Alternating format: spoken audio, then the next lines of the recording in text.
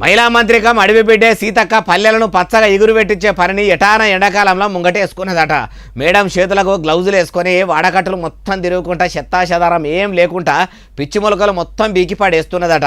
మంత్రి మేడం సాఫ్ సఫాయి అవతారం ఎత్తిందా అంటే ఇగో మీరే చూడురి. చూసినరా, చేతులకు 2 గ్లౌజులు వేసుకొని రోడ్డు మీద పీకి పడేసిన గడ్డి మొత్తం మీద పట్టుకొని వంగి మరీ పని ఎట్లా చేస్తుందో, ఇట్లా పని చేస్తున్న ఏం ఎవరో కాదు, మహిళా మంత్రి సీతక్కనే.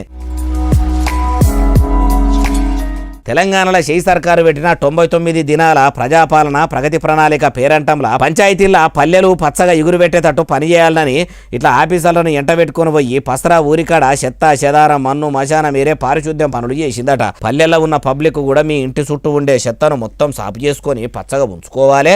అటు గ్రామాలకు కూడా షెయి సర్కారు పైకం విడుదల చేస్తుందని అనుకొచ్చిందట.